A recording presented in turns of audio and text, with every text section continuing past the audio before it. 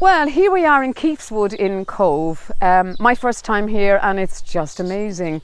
It's a proper little fairy park, and there's all, fairy plaques, whatever, on most of the trees, and they're all different and they're gorgeous. There's even a horseshoe on one of them up there, look. Some of them are broken on the ground and I want to pick them up and fix them, but maybe we won't. So myself and Ella are off for a little ramble, so come along and see what we find. Come on, Elle. Here we go, quick. Here we go, come on now, look. Oh wow, fairy tree. Niamh. Ella, look. Look at the eyes, look at the eyes. Nah, you're not interested, are you? Niamh Taigan Fiach. Okay.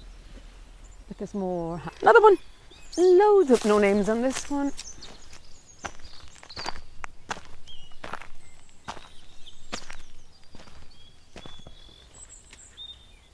Sun is trying to come out, lads. Come on, now let me put my sun cream on for nothing. We factor 50. Another broken one though. Look. I see Olaf. Olaf, isn't he the guy in Frozen? No, that's a snowman. Long time of the year, but anyway, over to Frosty. Ella, look. Look, or is it Olaf? Depends. Ella, look. Look. Oh, for heaven's sake, look. No interest. He's cute. He needs to be covered in snow. A bit of icing sugar, maybe. Huh? Get some icing sugar on him. Maybe. Look. Look with us. Look. This should be. Who's the baby now? Honestly.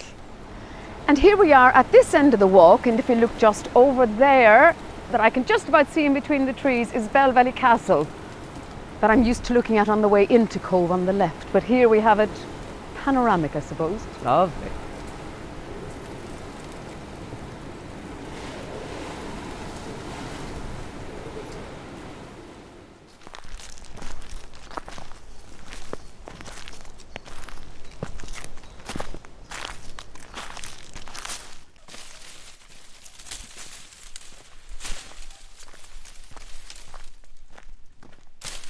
It's gorgeous.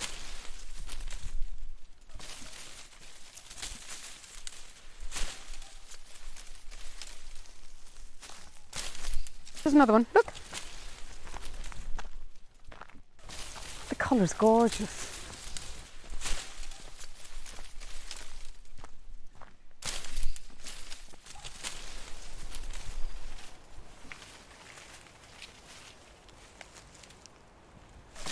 No, don't go around the tree, look. Look.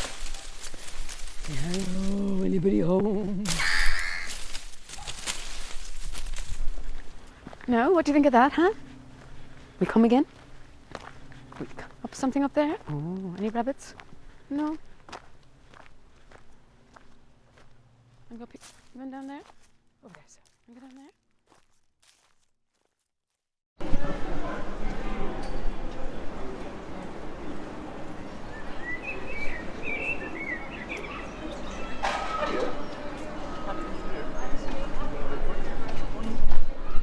Helen, I was in Cobh a year before I discovered this little jewel of a coffee shop.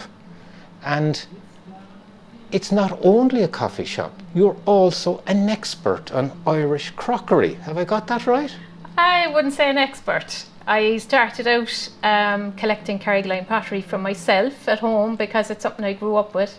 And I just loved it. And then I started sharing it online, and Next thing, people were interested in buying it, and I started buying and selling a little bit at home. And of course, I collected so much over the years for my own house. I had way too much anyway. So that's how I started, really. And I built up a bit of a following online. I joined an online group on Instagram that sell vintage. And I thought maybe the next step might be to have a little vintage shop. And my partner, who's endlessly supportive, decided maybe you could have a little coffee shop as well. Now, that was kind of left of field decision. Yes. You were envisioning something kind of Victorian-like and lovely stuff. Well, Irish country something cottage. Beautiful. Yes. And Jim decides you'd also have a cafe. Yes. He thought it was a good idea, and he was right. He was right. So how long are you here in Harbour Row? We're just coming up to 2 years now in Harbour Row. Yeah. And I suppose my vision was an old country shop with the panelling and the shelves. Yes. And just having the jars of sweets as well. And that's the way we started. And then it kind of evolved that we needed more of a cake selection. And now we get mentioning lovely. The cakes. The cakes are lovely. Where do you source the cakes from? We have 2 suppliers. One is a bakery in Ballincollig run by a couple. It's called Lusso Cork, and they do lovely kind of patisserie. We do a certain selection from them. They're really, really lovely, luxurious cakes. The other one comes from a lovely lady called Jennifer down in Copperpot Bakery in Sneem, County Kerry. And I'm due delivery actually, and she does really rustic, homemade, fantastic. Our carrot cake is amazing. And it's real homemade goods, you know, and that's what we like here is that homemade feel. Because so you're bringing something a little special to the town. Hopefully. And I'm sure when the cruise line visitors make their way up here, this is a little oasis. It is. We do get very good feedback on TripAdvisor and Google for our reviews. They are kind of taken aback by how kind of traditional it is and cosy. And myself and my partner Jim, when he's here, we just love chatting, so it's you know, it's just the chats. And you occasionally, now and again, do a little event. I saw Jimmy Crowley here at Christmas. Yes, and it was absolutely wonderful. I'd love to do more of those. I suppose we've a very small spot here, but definitely it's in the pipeline to do some nice little intimate gigs. Jimmy is fantastic, and Eve, and a local legend. A local legend indeed, and he's playing in the background because it's something I like to do, is play his music here as well. Helen, this is an absolutely beautiful little cafe, and more people in Cobh should wander in here. And if they want something nice for Christmas, we have beautiful crockery on display. Absolutely, I really do. I suppose when the cruise liners die down and the tourism dies down into November, and it does keep going until November, I do try to put on a really nice display of gifts for Christmas, from a sustainable point of view, but also the kind of tradition, nostalgia, you know, that you're giving something that means something at Christmas. And so for me, with Carrigaline pottery, in particular, that it was made by someone in Cork, you know. Indeed. I remember Carrigaline pottery as a child growing up. What would be the next most popular collectible then you'd have in the shop? You know, there's a good selection there, but people collect odd things like teapots, jugs, and particularly vintage ones. Christmas time, I like to provide nice antique dinner services. People go all out for the Christmas dinner. But after Carrigaline, there's Celtic Ceramics in Kilrush, or Kilrush Ceramics, and Carrigaline and Arklow, and they were great employers for years and years, you know, and they all kind of died off with that 80s recession, but it's great to sell them and to promote them again. Well, congratulations, you've brought a little tradition back. You've something beautiful for people that visit Cobh to come to see. Now the most important part, could you put on 2 nice coffees for myself and Pat? He'll have a cappuccino and I'll have a flat white. It's the best coffee you'll have. It's outstanding coffee. I'll let you know now in a minute, but I haven't doubted you yet. Thank you, Helen. Thank you, Ben. What kind of coffee do you like? Cappuccino, 1 shot, please. And I'll have a flat white, please. No bother. And who supplies your coffee, Helen? I didn't want to ask. There's a man called John O'Riordan. He's only just recently retired, so someone else has taken over. And he's roasting his own? Roasting his own. He's from Ballyvourney. He's the most amazing man you'll ever meet. God, He's a story in himself. Wow. He plays the bagpipes on the weekend. Bit the holy. Yeah, he's an amazing man.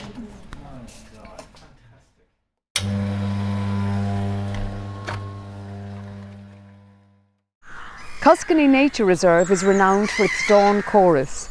This natural symphony of birdsong is broadcast live by RTE Radio 1 every May to celebrate International Dawn Chorus Day. This little marsh of 20 acres is managed by Birdwatch Ireland and forms part of the Cuscany House Estate that sits behind us on the Tay Road. Cuscany Reserve is a precious natural resource that hosts an array of habitats within a relatively small area, from shoreline to lagoon and grassland to woodland, and supports a great variety of wildlife and birds which are found here throughout the year. Surely the standout treasure of the reserve is the exotic kingfisher with its azure blue and orange plumage. This beautiful creature was brought into our mainstream consciousness through the poem of the same name by William H. Davis, with its enchanting opening lines of "It was the rainbow gave thee birth and left thee all her lovely hues." In some cultures, kingfisher feathers are considered a mark of opulence, worn to display one's wealth and status. Its diet is well catered for here on the marsh, with various species of small fish and large aquatic insects that are caught by plunge diving from a perch or while hovering. A sedentary species, kingfishers rarely move from their territories, so can be spotted, if one is eagle-eyed and patient, at almost any time of the year in Cuscany, only 2 kilometres from Cobh town centre. We will be talking to Joan in a moment, who was instrumental in setting up this Saturday morning market on the beautiful Cobh promenade. And here's a little mini gift pack. Whiskey, marmalade, Jameson, of course, because it's round the corner. Blackberry and gin, raspberry and tomato chutney. Good morning, Miss Fennelly. Good morning, Ben. How are you? We know each other from previous lives. Exactly.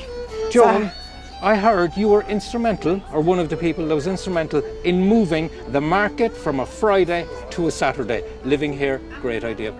Well, we felt we didn't have a choice. The market, we were down to 3 stalls in February and we had to do something.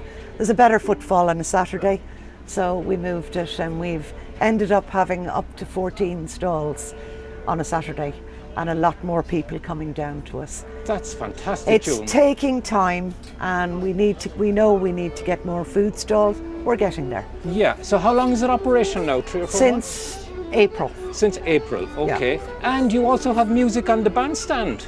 Every Saturday for the summer, which is provided by Visit Cobh from 12:30 to 2:30. Local musicians will be playing there in the bandstand. And this morning we have Happy Hoots up there giving kids entertainment. Excellent. Free and of charge to the kids. You also encourage buskers when the main stand isn't in. Jerry here from Coltis in Cobh is here. Wow. Playing, and normally he has a few of his friends down, and anybody's welcome to come down and busk down here.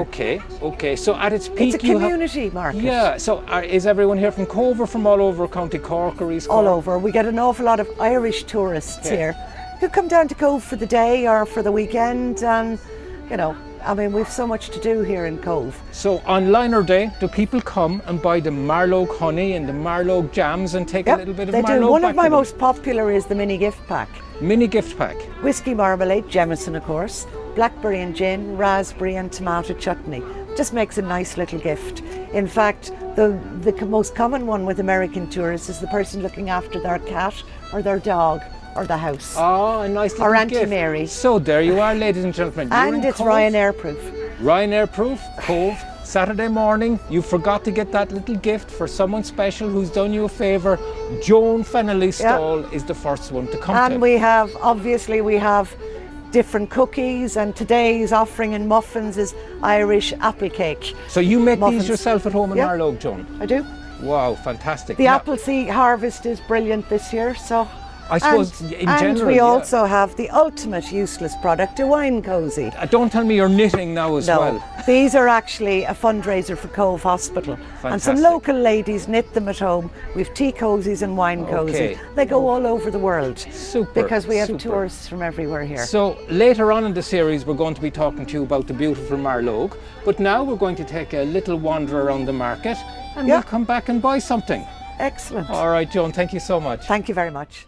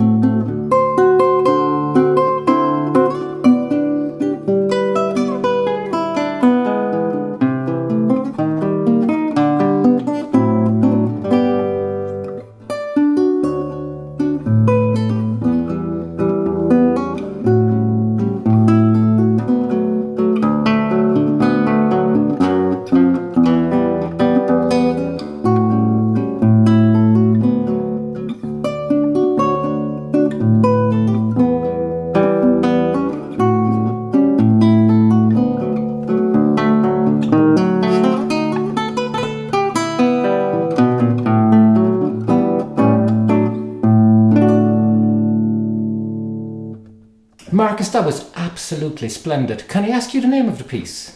Oh yeah, it's named Sons de Carrilhões, which in English we can translate to Sounds of Bells or Sounds of Carrilhões. And who wrote it? It's a Brazilian composer, it's João Pernambuco. And you said Carrillion. We have a beautiful Carrillion here in Cobh. Was that why you picked it, or was that just by accident? Actually, every time I play this song, I remember the translation, like the Carrillions. Yeah, beautiful. Beautiful. Now, looking around, I notice a banjo. A banjo. Now, I don't know many Portuguese men or Brazilian men playing banjos. No. So tell me, what's that instrument doing this here? Is a tenor banjo. So tenor banjo. Yeah. I started a few years ago in Coltas playing guitar. Yeah. And then I'm also playing banjo now. I'm learning. Well, that's Coltas Cobh. That's a terrible sin against musical humanity. Banjo. I jest completely. So you say you've joined Coltas. Yeah. So this was one of the ways you settled in here? Mm-hmm. Yeah, and we do a lot of gigs around and in the promenade and some pubs.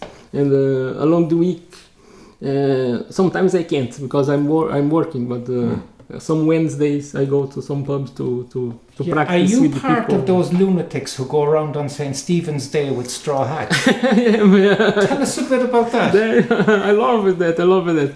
Unfortunately, on one hand, this year I not be able to do this because I'm going to Brazil. But wow. But I remember. Home to visit your mom? My mom, yeah. Wow, wow. So what? It's. I remember this when I lived in Clare. They were called Wren Boys. What do you call them here in Cobh when you dress up like that? What's? It's the same. I think is the Wren Boys. And what do you call them? Is there a name here for them? Your own name? I don't think so. It's just the same name of the tradition. They want to keep the tradition alive. Of course, it's slightly different from the original tradition because originally was with teenagers doing this in small villages. Very good. So you're really getting into Irish life, Irish culture, Cobh culture. Yeah. And I really enjoy Cobh. I love these people here from Cobh and the environment, the music scene, everything. So you've actually bought a house here? You've settled here? Yeah, I was living in Cork first and working in Cork as well. But then during pandemic, I decided to buy this house, so I had this opportunity. And I didn't know Cobh very well, but so I just moved. But now I'm so happy here that I don't want to move anymore. Well, you have become one of the characters of Cobh, and you're one of the most loved and best known men in the town. Marcus, it's been an absolute pleasure. That was beautiful. Thank you. Thank you, sir. Thanks. Well, I'm one of the lucky people who live in the best part of the island as far as I'm concerned, right beside Marlogue Woods. We're here in Marlogue Woods on the southeastern part of Great Island Cobh, and this woods is a beautiful little woods. The old Ordnance Survey maps called it Walterstown Woods, and it was part of the Smith-Barry connection. So we've arrived down through the woods now down to the beach, which is a glorious aspect to Marlogue Woods. Not only do you get a walk in the woods, but you can come down to the beach. The beach will go all the way up to Coskenny, and around the point here, the southeastern point, will bring you around to East Ferry Marina and the Mass Rock, which was used in penal times. I mean, it is glorious. When I come for a walk down here, I walk down through the woods, out onto the beach, round the point and back up through the woods again to go home. It is glorious.